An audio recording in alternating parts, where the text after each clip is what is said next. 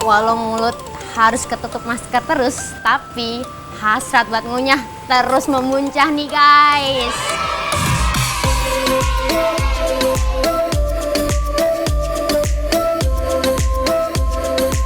Tuh guys, denger apa kata Vici? Jangan lupa pakai masker, sama jangan lupa makan. Kalau perut udah keroncongan, mau ganjel perut pakai cemilan juga boleh lebo. Persis kayak Vici yang ngemilin tahu goreng dengan isian yang membuncah. Super duper yummy. Eits, itu baru satu menu loh guys. Di kedai dan teras Yunyi Bogor, tahu bisa punya aneka bentuk yang spekta abis. Nantangin, siapa takut?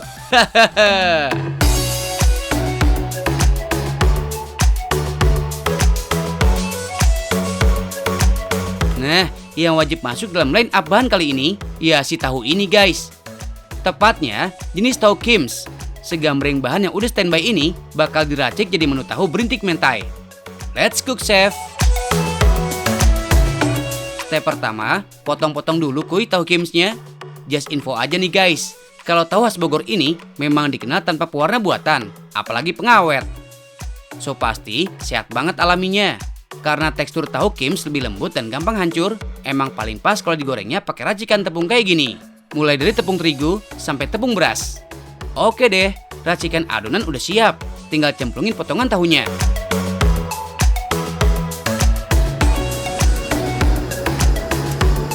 Yap, walau kelihatannya kayak bikin tahu tepung, tapi kalem guys. Goreng tahu tepungnya dijamin unik banget. Untuk minyak goreng yang dipakai, wajib dalam jumlah yang banyak. Plus panas maksimal. And pure.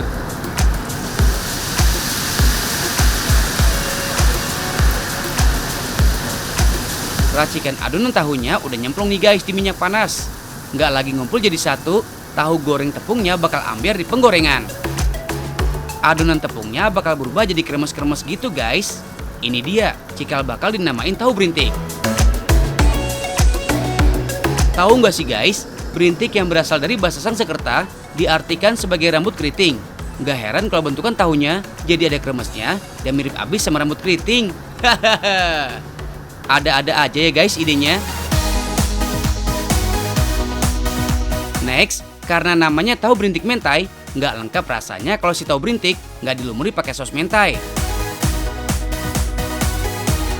Kalian tahu nggak sih, kalau di Jepang, saus mentai cuma terbuat dari dua bahan loh, mayones dan tobiko, atau telur ikan yang sudah diasinkan. Finally, tahu berintik mentai ready to eat guys.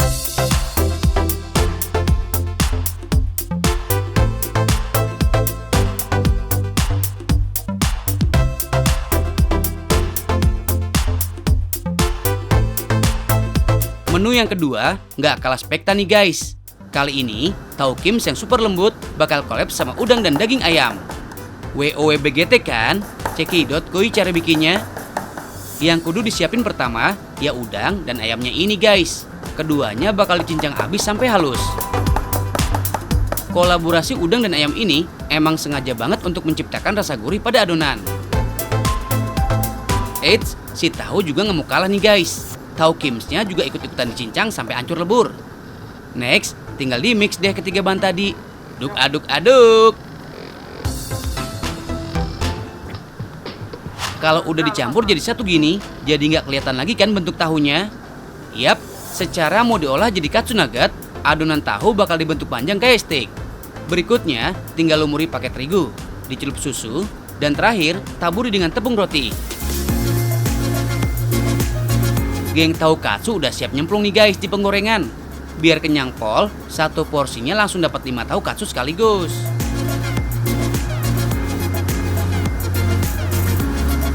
Nggak pakai lama buat digoreng, and voila, tahu katsu siap disantap.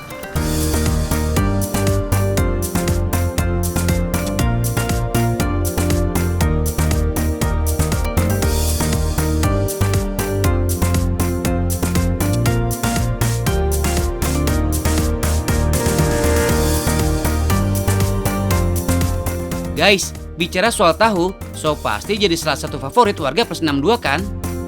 Selain murah meriah, tahu yang terbuat dari susu kedelai yang dipadatin ini juga jadi sumber protein nabati yang oke punya. Tapi, kalian tahu nggak sih? Karena proses pembuatan tahu beda banget sama tempe, maka kandungan nutrisinya juga beda nih guys. Berdasarkan penelitian, tahu punya kandungan gizi dan serat yang lebih sedikit dari tempe. Walau begitu, kalori tempe ternyata lebih banyak loh dari tahu. So, 50-50 ya guys. Yang penting, sama-sama alami dan menyehatkan.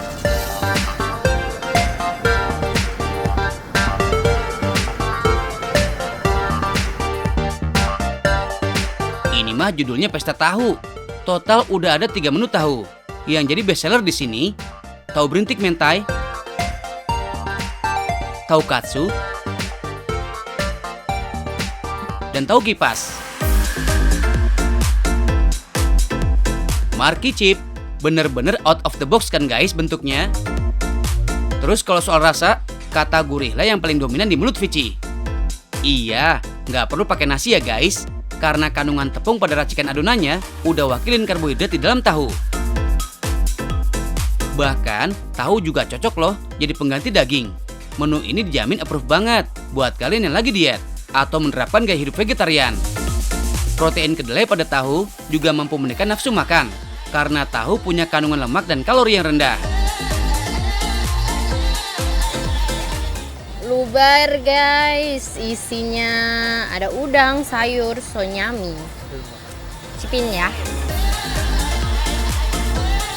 Jangan lupa dicocol.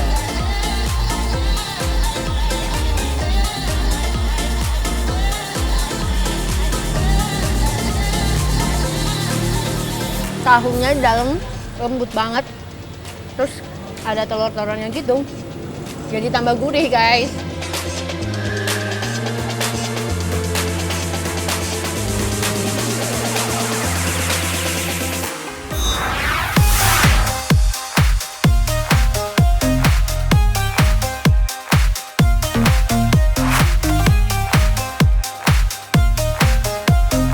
Jalan-jalan ke Amerika, jangan lupa bikin visa. Dimanapun kita berada, jangan lupa pakai maskernya ya. Kayak Neng Gaby ini nih guys, mau makan di luar tapi tetap disiplin dengan protokol kesehatan. Karena masker kita bisa menyelamatkan nyawa orang lain. Halo guys, aku mau rekomendasiin makanan dari Eropa. Penasaran kan? Yuk!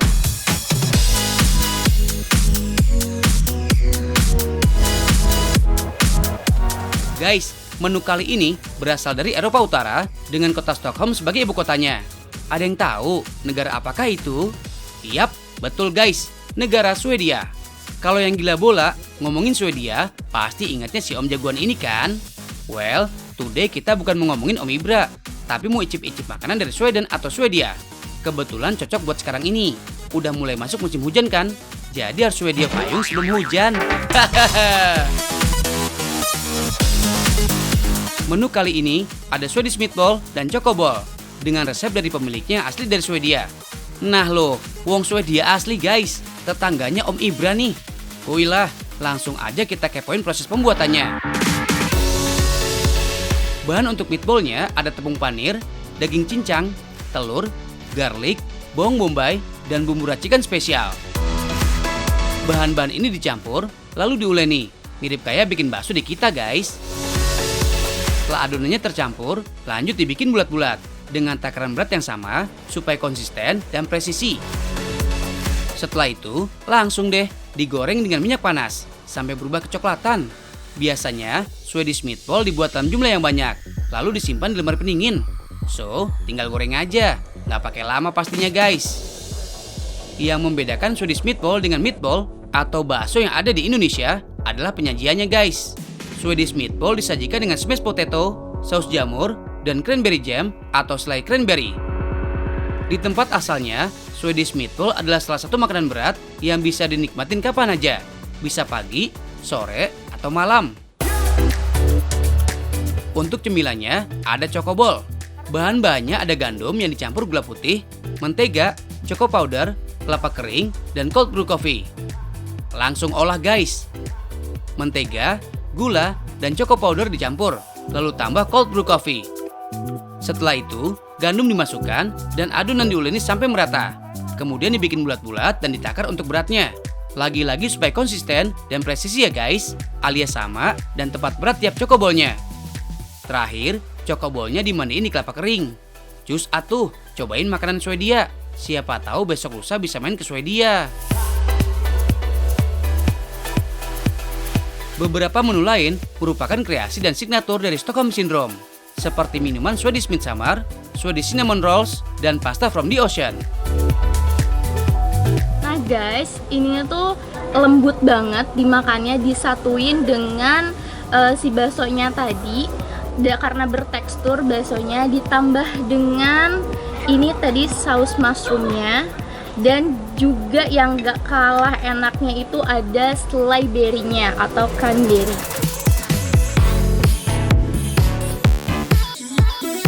Bahan-bahan yang tidak ngeblend membuat tekstur dari masing-masing bahan terasa jelas saat digigit, terutama bawang bombay yang memiliki tekstur yang khas. Menurut beberapa sumber, Swedish meatball sudah ada sejak abad ke-18 Masehi.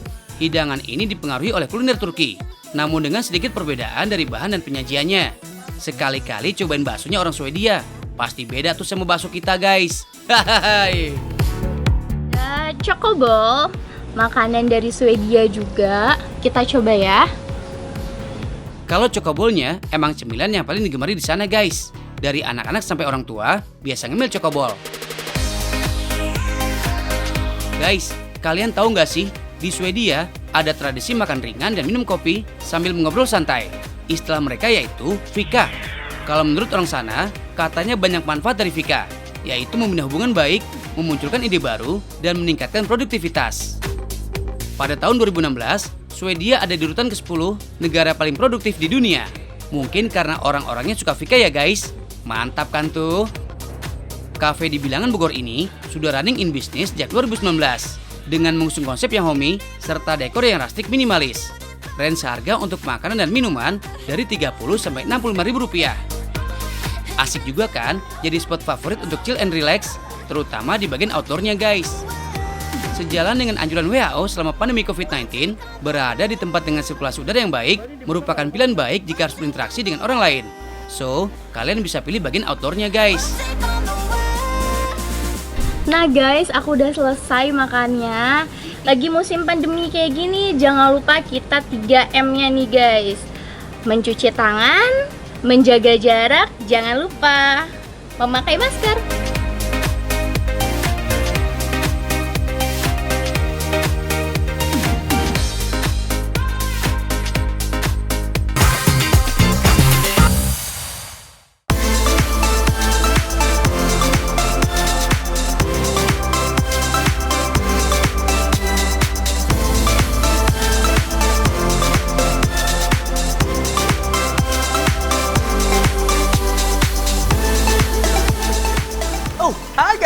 Oke, sebentar. Sebelum kita mulai, kita akan berpantun terlebih dahulu. Beli barang antik kolonial zaman dulu. Selamat Hari Batik Nasional 2020. Ih, seneng banget karena dari tadi pagi aku tuh udah jalan-jalan ngeliat kanan, kiri gitu ya. Semua muda-mudi bahkan semua orang pada pakai batik. Keren banget, kayak aku gitu loh, trendy banget ya nggak sih? Tapi pas banget karena tepat hari ini tanggal 2 Oktober 2020 itu bertepatan dengan Hari Batik Nasional. Dan tahu nggak sih kalau batik itu sudah menjadi warisan budaya tak benda dunia dari UNESCO sejak tahun 2009. Wih, jadi makin bangga kalau kita pakai batik, ya nggak sih? Apalagi di zaman sekarang nih, anak-anak zaman now bisa banget pakai batik kemanapun mereka mau pergi. Mau jalan-jalan, hangout, bisa banget. Nggak melulu tentang dasteran atau harus pergi ke kondangan dengan menggunakan batik. Enggak lagi. It's like so yesterday banget ya kan, you know, like Sekarang ini kita bisa gaya banget dengan menggunakan batik kemanapun dan dimanapun. Nggak percaya? Ini nih contohnya nih.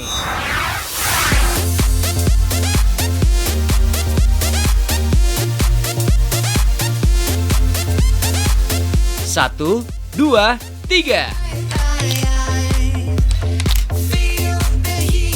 Duduh, meni gelis-gelis pisan euy batiknya. Ups. Enggak kok, neng-neng ini juga gelis semua. Emang sih guys, kalau lagi pakai outfit yang kece kayak gini, bawaannya mau cekrek-cekrek terus. Jiwa kenarsisan langsung bergejolak.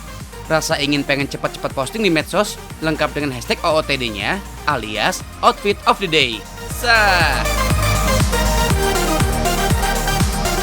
Biar nggak malu-maluin, outfitnya kudu unik guys kayak gini. Batik. Setuju ya? Kalau batik emang nggak ada matinya deh buat gaya. Desainnya itu loh guys, kekinian abis. Memadu padankan macam-macam motif, tapi nggak ngasal juga. Kerennya lagi guys, batik udah jadi ladang bisnis generasi muda kekinian yang bergerak di bidang ekonomi kreatif. As you know aja ya guys, industri batik bahkan menjadi salah satu penyumbang terbesar devisa Indonesia, di mana jumlah ekspornya mencapai 52 juta US dollar lebih, atau setara dengan 734 miliar rupiah. Beuh, ini sih nggak main-main ya guys.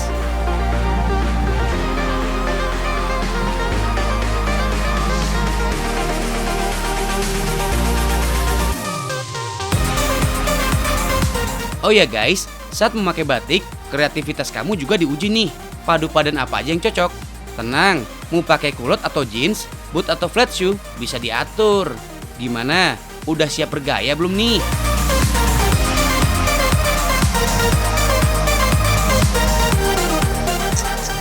Wah, ini mah meni cantik-cantik banget ceweknya.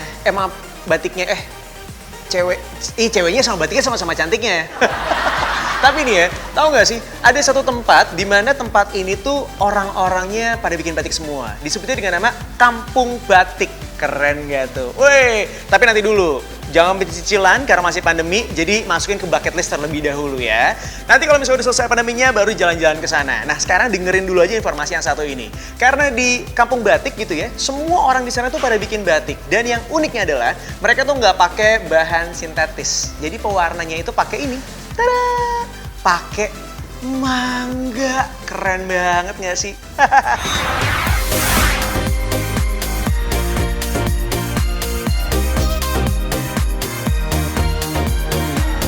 Pasti nggak nyangka deh, kalau pohon mangga ternyata bisa jadi pewarna. Iya kan? Namanya batik mangga, karena terbuat dari pewarna alami pohon mangga guys. Mari kita menuju sentra batik tulis, Kampung Batik Ciwaringin, Cirebon, Jawa Barat. Kampung ini terkenal dengan batik tulis dan pewarna alaminya. Jadi bukan batik kaleng-kaleng ya.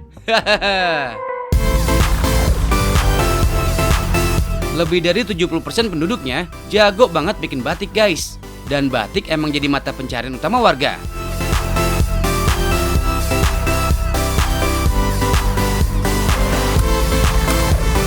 Ini nih guys, pohon mangga yang biasa dipakai sebagai pewarna alami batik. Tingginya kurang lebih 40 meter. Jangan cari pohon yang terlalu muda. Bukan tanpa alasan nih guys. Soalnya, semakin besar dan tua pohonnya, kulit batangnya juga semakin tebal dan kasar. Kulit seperti ini akan menghasilkan warna yang lebih bagus. Kulit batang mangga ini kemudian direbus selama 3 hingga 5 jam guys. Sampai warna alaminya keluar semua. Seperti ini nih perubahannya, jadi sedikit gelap.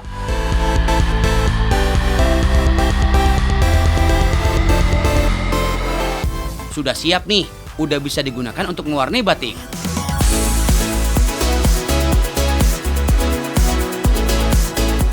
Semua motif di sini otentik abis guys, dan pasti nggak sama. Soalnya dikerjakan manual dan digambar satu persatu pakai tangan. Jangan heran kalau selembar kain batik ini bikinnya bisa nyampe 2 bulanan.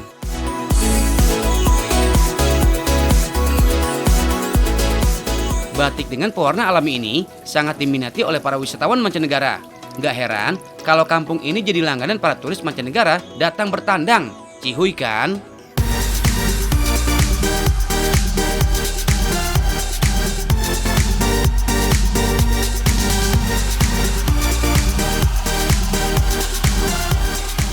Sebenarnya satu lagi keunikan dari batik Indonesia, dan sebenarnya tuh jempol banget untuk generasi Indonesia, generasi muda yang sekarang terus berinovasi membuat batik gitu ya, macam-macam, gak cuma di kain doang, tapi ke gitar, kemudian pot bunga, sampai dengan sepatu. Gokil ya. Dan kalau misalnya dilihat nih karena kebanyakan handmade gitu ya, jadi dipasarkannya itu di mancanegara, sampai ke Jepang, Amerika, sampai ke Eropa.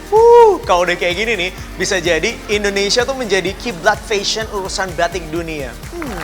Tapi karena aku adalah seorang pemusik banget ya kan, aku tuh jadi penasaran kalau misalnya gitar yang batik-batikan tuh kayak gimana ya? Kita sama-sama lihat, ini dia.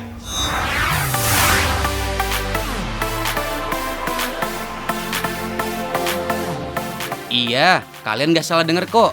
Membatik pada gitar guys. Tapi, gak semua kayu bisa digunakan untuk bikin gitar ini loh. Biasanya kayu mahoni, ebony, maple, dan sono keling. Bakal calon gitar batik ini dijual dari harga 5 hingga 30 juta rupiah guys. That's why, kreativitas itu sangat berharga. Apalagi gitar ini dibuat secara handmade, alias menggunakan tangan tanpa alat besar atau mesin. Gak sembarangan guys, harus menggabungkan teknik tradisional membatik dan teknik standar luthier, yaitu istilah untuk membuat gitar dunia. Nah, serunya lagi, satu buah gitar batik cuma ada satu unit atau model aja guys. So, gak bakal ada kembaran dan terkesan limited edition deh.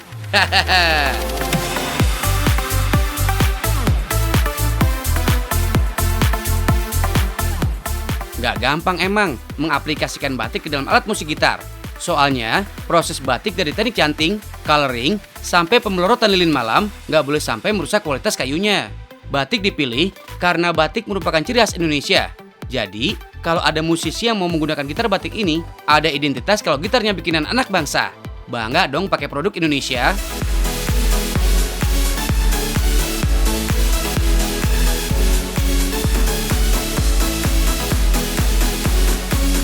Ah, gimana guys? Sekarang udah tahu dong ya betapa pesatnya perkembangan batik Indonesia. Dan ini ngebuat kita semuanya ngerasa bangga. Orang-orang dari luar aja pada sibuk ngebeliin batik mangga, batik gitar. Ya masa kita nggak ikutan belanja sih? Justru dengan kita belanja, kita tuh udah makin membuat produksi-produksi Indonesia semakin maju. Dan kreatif lokal itu bakal semakin mendunia juga dengan brand-brand Indonesianya. Mantap ya. Dan tahu nggak sih, kalau ini tuh efeknya bakal wow banget. Jadi semakin banyak kita membeli produk lokal, penjualan semakin meningkat. Dengan penjualan semakin meningkat, produksinya makin meningkat juga. Jadi otomatis akan membuat lapangan pekerjaan semakin banyak. Ditambah lagi, roda perekonomian akan terus berputar. Cakep kan? Keren banget nih. Dan percayalah bahwa orang Indonesia semuanya kreatif. Nah, satu lagi nih guys. Sekarang aku mau ngerekomendasiin satu tempat yang temanya batik banget.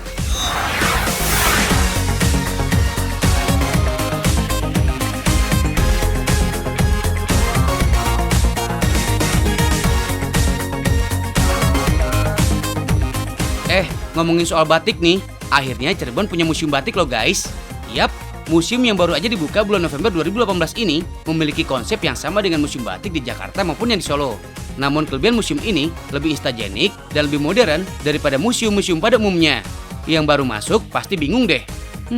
Ini museum apa tempat foto-foto sih?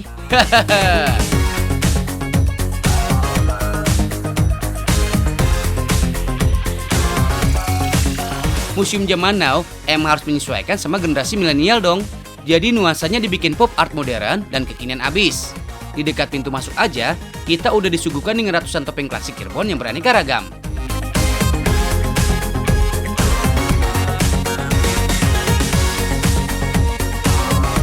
Uniknya nih guys, kita di sini bisa pakai kimono batik yang terinspirasi dari putri batik di Cirebon loh. Gimana? Udah kayak Inces belum? Cetar badai membahanakan, pokoknya sesuatu. Hai.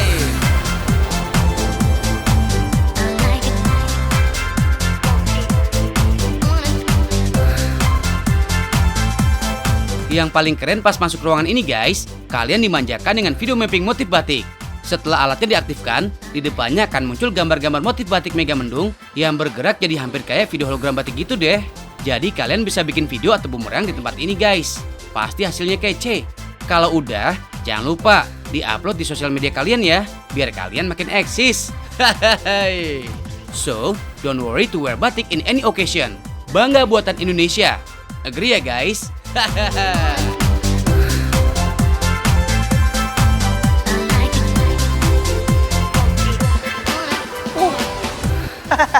Nah guys, biasanya kalau lagi hari batik kayak gini tuh, aku pasti akan menghadiri acara-acara fashion show batik gitu. Karena undangannya pasti, di mana-mana gitu lah. Tapi karena lagi era pandemi kayak sekarang ya, jadi kita harus melakukan semuanya secara virtual. Tapi tenang aja, karena kita masih bisa nonton siaran langsungnya di YouTube channelnya Kemenparekraf. Dan kalau misalnya pengen tahu informasi berlanjut, bisa dicek langsung di www.karismabatik.com. Tenang aja, kita juga masih bisa beli kreatif lokal, terutama nih ya, produk-produk batiknya di sana. Nah guys, tepat di jam 3 nanti bakal ada siaran langsung Karisma Batik 2020 Hybrid Fashion Show yang diselenggarakan sama Kementerian Pariwisata dan Ekonomi Kreatif. Jadi jangan sampai kelewatan, ditonton ya. Tapi jangan lupa juga buat nonton terus, tahu nggak sih, setiap hari Senin sampai dengan Jumat jam 1:30 siang, biar kita makin tahu, makin banyak ilmu.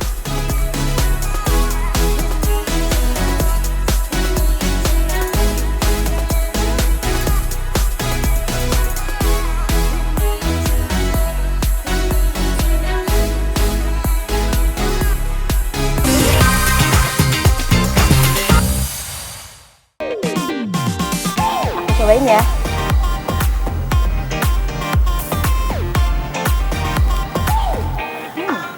Penasaran dan mau tahu cara bikinnya? Yuk ikutin terus. Iya nih Kak Eva, kita penasaran bingit. Kok bisa sih ubi-ubian berubah jadi makanan yang cantik, warna-warni, dan kayaknya sih nikmat hakiki? Yuk kita intip satu-satu.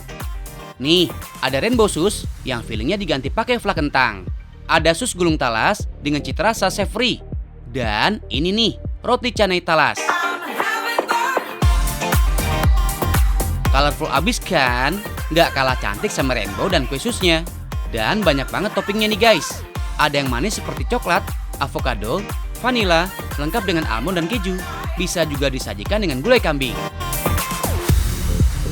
Kalian tahu nggak sih, roti canai ini adalah sejenis roti pipih yang banyak dipengaruhi oleh resep India.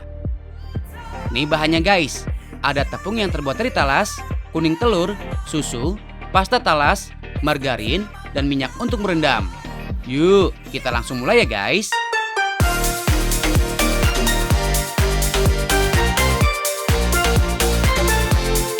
Pertama banget, campur tepung telur dan susu, lalu aduk. Setengah perjalanan, baru tambah margarin. Terakhir, pasta talas deh. Aduk lagi sampai tercampur sempurna. Nih, udah jadi guys. Waktunya dibentuk bulat dan direndam dalam minyak selama 2 jam. Ini wajib, biar adonan nggak mengering saat akan dimasak nanti.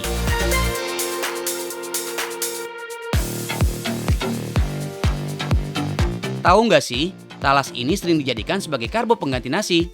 Komponen karbo berupa pati di dalam talas mencapai 77,9%. Proteinnya sebanyak 1,9 gram. Dalam setiap 100 gram talas, kandungan gizi lainnya juga segudang guys. Ada asam amino esensial, vitamin C, kalsium, fosfor, dan zat besi.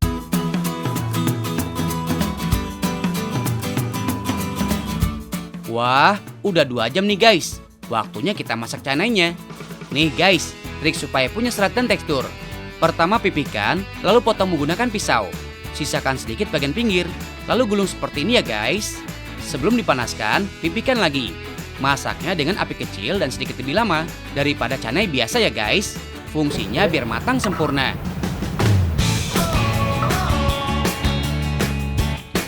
Sekalian guys, mumpung temanya talas, kita mau plating cantik susu gulung talas. Kayak gini. Semua cake jajanan dari umbi-umbian udah jadi nih guys. Waktunya kita tata dengan dekor ala-ala birthday party. Yuk kita bantuin, biar Miss Eva nggak ngambek lagi. Tada! Gimana kalau langsung makan? Boleh? Enak nih kayaknya. Asli, beneran enak guys. Pelannya berasa lembut nggak seperti dari kentang. Sus gulungnya juga nih. Selain dari tepung talas, juga ada potongan talasnya ditambah saus bolognese. Sekarang waktunya cobain roti canai. Disiram dulu pakai kuah gulai kambing yang masih anget. Sedap banget. Coba nih, canainya. Enak banget ya. Wah, Ini dong. daging kambingnya pakai tangan aja.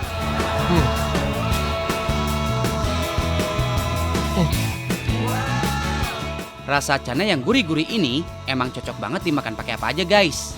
Pakai gula enak, pakai yang manis-manis juga sedap. Bikin ngiler ya guys. Mau cobain nggak?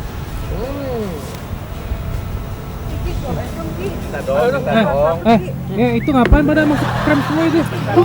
Ini masih nge-record loh. Walah, tim tahu nggak sih malah ikutan rusuh nih. Gimana nggak ngiler guys? Yang di belakang layar, kalau sajiannya menggiurkan gini, pasti jadi nggak fokus kerjanya. Hahaha.